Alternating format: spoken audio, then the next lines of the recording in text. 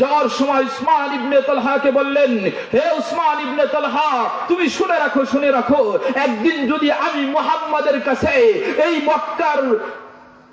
মক্কার নেতৃত্ব যদি আমি মুহাম্মাদের কাছে আসে, এই আরবের লোকেরা যদি আমার পদতলে চলে আসে, ওই দিন কি তুমি চাবিটা দিবা না? উসমান ইবনে তালহা আরো রেগে গেল, নবীজিকে গালাগালি করলো। নবীজি কেঁদে কেঁদে মক্কা ছেড়ে চলে গেলেন। মাত্র 8 বছর, কয় বছর বলে? 8 বছর। 8ম হিজরিতে যখন মক্কা বিজয় হলো, কেমন নবী ছিলেন তিনি, তার আদর্শ কেমন ছিল? নবীজি সাল্লাল্লাহু আলাইহি ওয়াসাল্লাম মক্কা বিজয়ের পরে কাফেররা থরথর করে কাঁপতেছে, না জানি আজকে মুহাম্মদ আমাদের ব্যাপারে কি ফয়সালা দিবে। চতুর্দিকে সাহাবা ইকরাম, নবীজি সাল্লাল্লাহু আলাইহি ওয়াসাল্লাম একটা উটের উপরে বসলেন, তার পিছনে ছিল উসামা ইবনে যায়েদ ইবনে হারেসা, গোলামের ছেলে। যায়েদ ছিল এক গোলাম, তার ছেলে উসামা নবীজির পিছনে বসা। ওমরের মতো এরকম বাহাদুর লোক ছিল নবীজি উঠে বসার নাই, আলীর মতো বাহাদুর লোক ছিল উঠে বসার নাই।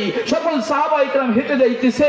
আরে নবীজি কোনো দাম্ভিকতার সাথে মক্কায় প্রবেশ করেন নাই। কেমন নবী ছিলেন, কেমন নবীর উম্মত। হে মুসলমান, আজকে নবীর থেকে একটু শিক্ষা নাও। নবীজি মক্কায় ঢুকলেন মাথা নত করে, মান তাওয়াযা লিল্লাহ, বিনয়ের সাথে নবীজি মক্কার মধ্যে ঢুকলেন। মক্কা বিজিত হয়ে গেল।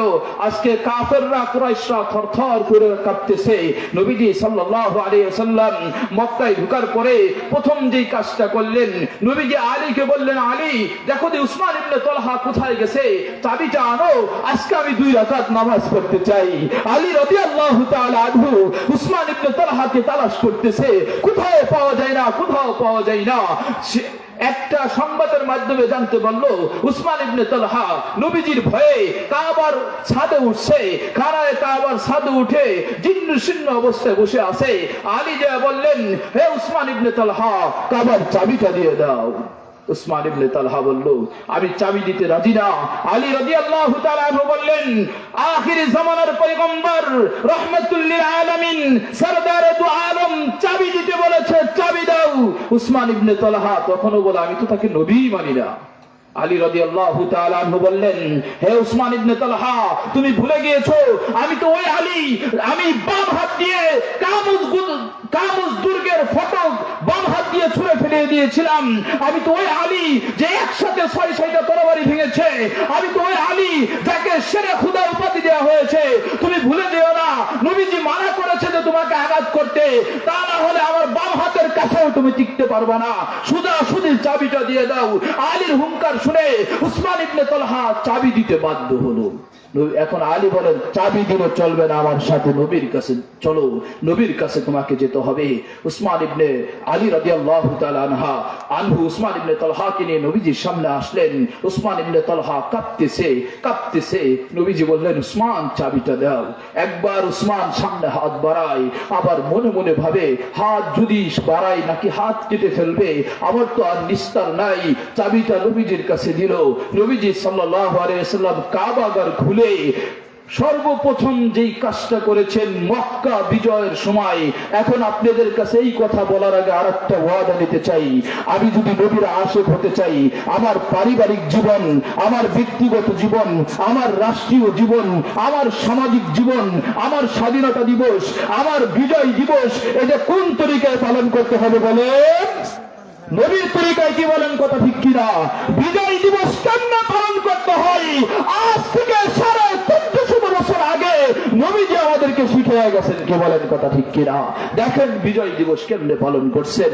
নবীজি সর্বপ্রথম খানায় কাবার মধ্যে ঢুকে, ওরা যে মূর্তি দিয়ে, উলঙ্গ মূর্তি দিয়ে কাবাঘরকে নাপাক বানিয়ে রেখেছিল, নবীজি সর্বপ্রথম একটা খুন্তা নিয়ে মূর্তিগুলো ভেঙে পরিষ্কার করে আল্লাহর কুদরতি পায়ে 2টা সিজদা দিয়ে শুকরিয়া পাক 2 রাকাত নামাজ আদায় করছেন। তাই বিজয় দিবসের 1 নম্বর কাজ কি হবে? মুমিনদের মূর্তি ভাঙ্গা। কি বলেন, কথা ঠিক কিনা? এখন বিজয় দিবসে যেই মুমিন, যেই মুসলিম, যে আশিক রাসূল মূর্তির পূজা করবে, ওকে আশিক রাসূল না খুদাঙ্গার বলেন? এখন আসতে বলেন গো মিয়া, নিজের ছেলে বইরে দেয় নাকি? তাই বিজয় দিবসের 1 নম্বর কাজ কি বলেন? মূর্তি ভাঙ্গা। কি বলেন, কথা ঠিক কিনা? নবীজির মিশন ছিল পৃথিবী থেকে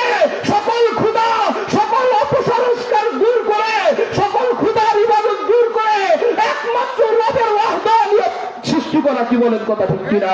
নবীজির মিশন ছিল মূর্তি ভাঙার মিশন, মূর্তি গড়ার মিশন নাকি, বলেন কথা ঠিক কিনা? মুহতারাম হাজিরিন, এক নম্বর কাজ নবীজি মূর্তি ভাঙলেন, দুই নম্বর কাজ যেটা করলেন শুকরিয়া তান 2 রাকাত নামাজ পড়লেন।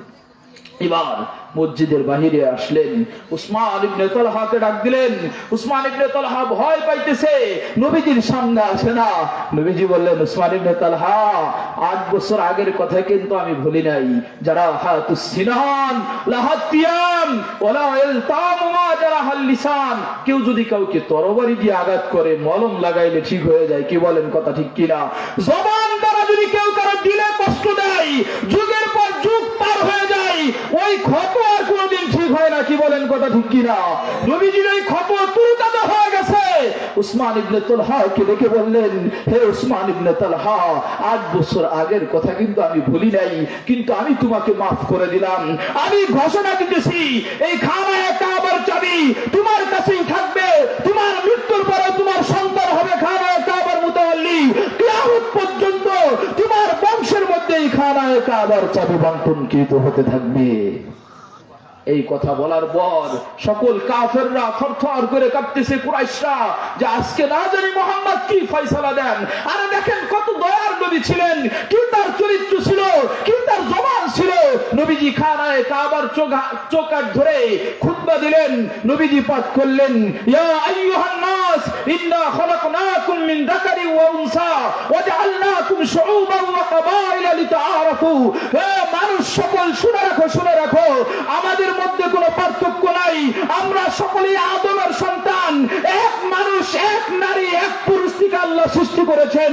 আমরা সকল ভেদাভেদ ভুলে যেতে চাই। ইন্না আকরামাকুম ইনদাল্লাহি আতকাকুম, আল্লাহর কাছে তো সেই প্রিয় যে আল্লাহকে বেশি ভয় করে। নবীজি সাধারণ ক্ষমা ঘোষণা করলেন। এবার কুরাইশদের মধ্য থেকে একজন, নবীজি বললেন, ইয়া মাশারা কুরাইশিন মা তারাউনা আন্নী ফাইলুম বিকুম। হে কুরাইশের লোকেরা, তোমরা কি ভাবতেছো আজকে আমি তোমাদের সাথে কি ফয়সালা করব, আমি কি সিদ্ধান্ত নিতে পারি? সবাই কুচু গাছের মতো কাঁপতেছে, কলার পাতার মতো কাঁপতেছে, কথা বলার কারো হিম্মত নাই। তখন আবু সুফিয়ান মুসলমান হয় নাই। এক যুবক বলল, ইয়া রাসূলুল্লাহ, ইয়া রাসূলুল্লাহ বলেন না, বলছি ইয়া মুহাম্মদ আনতা আখুন কারীমুন ওয়া ইবনু আখিন কারীম। কয় একজন উত্তম ভ্রাতা, একজন উত্তম ভ্রাতুষ্পুত্র তার বংশের লোকদের সাথে যেমন আচরণ করে, আমরা আজকে আপনার থেকে ওই আচরণটাই আশা করি। নবীজি বললেন, আমি তো ডিসিশন নিয়ে ফেলছি, আমি আজকে তোমাদের কাছে ইন্নী আকুলু লাকুম কামা ক্বালা ইউসুফ লিইখওয়াতিহি, আমি তো আজকে ওই কথাটাই বলতে চাই, ওই ঘোষণাটাই দিতে চাই, যেই ঘোষণাটা আমার ভাই ইউসুফ নবী তার 11 ভাই তাকে কূপে ফিরিয়েছিল। এরপরে মিশরের রাজা হবার পরে তার ভাইদেরকে একত্রিত পাওয়ার পরে প্রতিশোধের পরিবর্তে ইউসুফ আলাইহিস সালাতু ওয়াস সালাম যেই ঘোষণা দিয়েছিলেন, লা তাসরিবা আলাইকুমুল ইয়াউম, হে আমার ভাইরা, তোমাদের প্রতি আমার আর কোনো অভিযোগ নাই। আমি মোহাম্মদ ইবনে আব্দুল্লাহ আজকে তো ওই ঘোষণাটাই দিতে চাই, আমার ভাই ইউসুফের সাথে সুর মিলে ওই কথাই বলতে চাই, লা তাসরিবা আলাইকুমুল ইয়াউম, তোমাদের ব্যাপারে আমার কোনো অভিযোগ নাই। ইযহাবু ফাআনতুমুত তুলাকা, তোমরা যার যার ঘরে ফিরে যাও, আজ থেকে তোমরা স্বাধীন, আর কোনো পরাধীনতা নাই, আজ থেকে তোমরা স্বাধীন, তোমাদেরকে আমি ক্ষমা করে দিলাম। মুহতারাম হাজিরিন, নবীজি কাদেরকে ক্ষমা করেছিলেন জানেন? আমরা যদি হতাম, আমরা প্রতিশোধ নিতাম। আরে তো আমরা এমন মানুষ, আমার বাবা যাকে ক্ষমা করে দিয়েছে, এরপরে 80 বছর পরে আমরা তাকে ফাঁসি দিয়েছি, কি বলেন কথা ঠিক কিনা? ওই নবীর উম্মতি তো দাবি করি। আর নবী কাদেরকে ক্ষমা করেছেন জানেন? যারা নবীজিকে তার মাতৃভূমি থেকে, মক্কা থেকে রাতের অন্ধকারে মদিনায় যেতে বাধ্য করেছিল, যারা নবীকে 3 বছর পর্যন্ত সে আবি তালিবের মধ্যে বন্দি রেখে খাবার পানাহার দিয়েছিল না, না খেয়ে রেখেছিল, যারা তায়েফের ময়দানে নবীর শরীর মুবারক থেকে রক্ত ঝরিয়েছিল, ওই মানুষদেরকে নবী ইজিন ক্ষমার ঘোষণা দিয়েছেন। আরে কাদেরকে ক্ষমার ঘোষণা দিয়েছেন জানেন? যারা বিলালকে উত্তপ্ত বালুর মধ্যে উলঙ্গ অবস্থায় রেখে তারা হিস্সা করেছিল, যারা সুমাইয়া রাদিয়াল্লাহু তাআলা আনহাকে বৃদ্ধ মহিলা তার সন্তান আম্মার ইবনে ইয়াসিরের সামনে বৃদ্ধ মাকে উলঙ্গ করে লজ্জা স্থানে বর্ষা নিক্ষেপ করে হত্যা হত্যা করেছিল, যারা সাহাবা ইকরামকে খুয়াইবকে চাপের মধ্যে পুড়িয়েছিল, যারা এরকম ভাবে বিভিন্ন ভাবে মুসলমানদেরকে কষ্ট দিয়েছিল, যারা নবীর মাথার জন্য ইনাম ঘোষণা করেছিল, ওই সকল কাফেরদেরকে নবীজি ওই দিন ঘোষণা করলেন, লা তাসরিবা আলাইকুমুল ইয়াউম, যাও আমি তোমাদেরকে ক্ষমা করে দিলাম, তোমাদের প্রতি আমার কোনো অভিযোগ নাই, তোমরা আজ থেকে স্বাধীন। কেমন নবীর উম্মত! মুহতারাম হাজিরিন, ওই নবীর উম্মত যদি দাবি করতে চাই, আমাদের উদার হওয়া দরকার আছে কিনা বলেন? আমার জবান দ্বারা কেউ যেন কষ্ট না পায়, আমার হাতের দ্বারা কেউ যেন কষ্ট না পায়, সকলে রাজি আছেন তো ইনশাআল্লাহ? মুহতারাম হাজিরিন, এমন এক নবীর উম্মত আমরা হয়েছি, ওই নবীর আদর্শকে আমাদের জীবনের প্রতিটা ক্ষণে ক্ষণে দরকার। কি বলেন, কথা ঠিক কিনা? তা আমরা নবীজির মক্কা বিজয় থেকে কি পেলাম? আমরা তিনটা কাজ পেয়েছি। কয়টা বলেন? এক নম্বর, বিজয় দিবসে মূর্তি ভাঙতে হবে যদি নবীর উম্মত হতে চান। রাজি আছেন তো ইনশাআল্লাহ? কোন মূর্তিকে সম্মান করব না, মুক্তিযোদ্ধাদেরকে আমরা সম্মান করি, তারা আমাদেরকে দেশ এনে দিয়েছে। 16ই ডিসেম্বর আমরা কোরআন পড়ে নফল নামাজ পড়ে তাদের রোগের মাগফিরাতের জন্য দোয়া করব। রাজি আছেন তো সবাই ইনশাআল্লাহ? কোন মূর্তির সম্মান আর হবে না, এখন থেকে তাদের জন্য দোয়া হবে, কোরআন তেলাওয়াত হবে ইনশাআল্লাহ। রাজি আছেন তো সবাই? দুই নম্বর কাজ, আল্লাহ শুকরিয়া আদায় করা।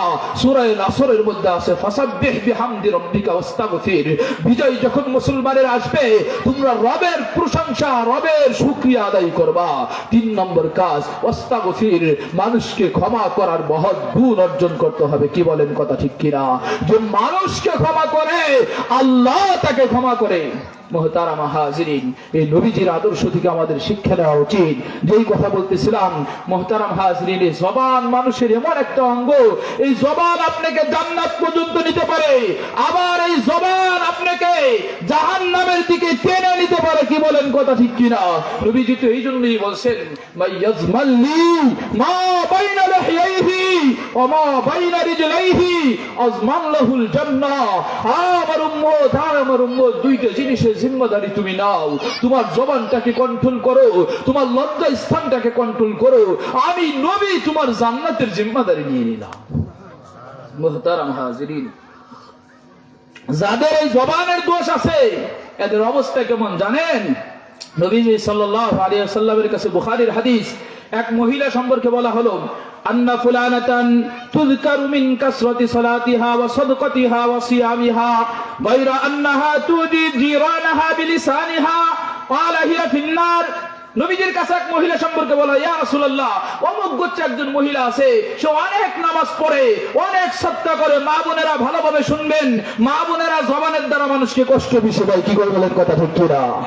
তো এই নবীজির কাছে বলা হলো, অমুক এক মহিলা আছে, অনেক নামাজ পড়ে, আন্নাহা কাসরাত মিন সালাতিহা, অনেক নামাজ তার আছে, অনেক রোজা আদায় করে, অনেক ইবাদত করে, গায়রা আন্নাহা তুজি জিরানাহা বিলিসানিহা। ইয়া রাসূলুল্লাহ, সে তার জবান দ্বারা মানুষকে কষ্ট দেয়, মানুষকে কথায় কথায় খোঁটা দেয়, মানুষকে কষ্ট দেয়, মানুষকে অতিষ্ঠ করে ফেলে। নবীজি বললেন, সে যতই নামাজ পড়ুক, যতই রোজা রাখুক, যতই পর্দা করুক, যতই দান করুক, হিয়া ফিন্নার, সে জাহান্নামে যাবে জবানের কারণে। আন্না ফুলানাতান তুযকারু মিন কিল্লাতি সালাতিহা, আরেক মহিলার কথা বলা হলো, সে তো অনেক নামাজ পড়তে পারে না, গরিব মানুষ, কোন রকম ফরজ পড়ে, যাকাত দিতে পারে না, রোজা রাখতে পারে না, ঠিকমতো পর্দাও করতে পারে না। আন্নাহা লা তুদি জিরানাহা বিলিসানিহা, কিন্তু ইয়া রাসূলুল্লাহ, সে তার জবান দ্বারা কাউকে কষ্ট দেয় না, মানুষের সাথে ভালো আচরণ করে, প্রতিবেশীর সাথে ভালো ব্যবহার করে, ভাইয়ের সাথে ভালো ব্যবহার করে, স্বামীর সাথে ভালো ব্যবহার করে, গরিবকে ক্ষুধার্তকে খাবার দেয়, সে শুধু একটু দান করতে পারে। নবীজি বললেন, হিয়া ফিল জান্নাহ, এই দ্বিতীয় মহিলাটা জান্নাতে যাবে। মুহতারাম হাজিরিন, জবানের কন্ট্রোল করা দরকার আছে কিনা বলেন?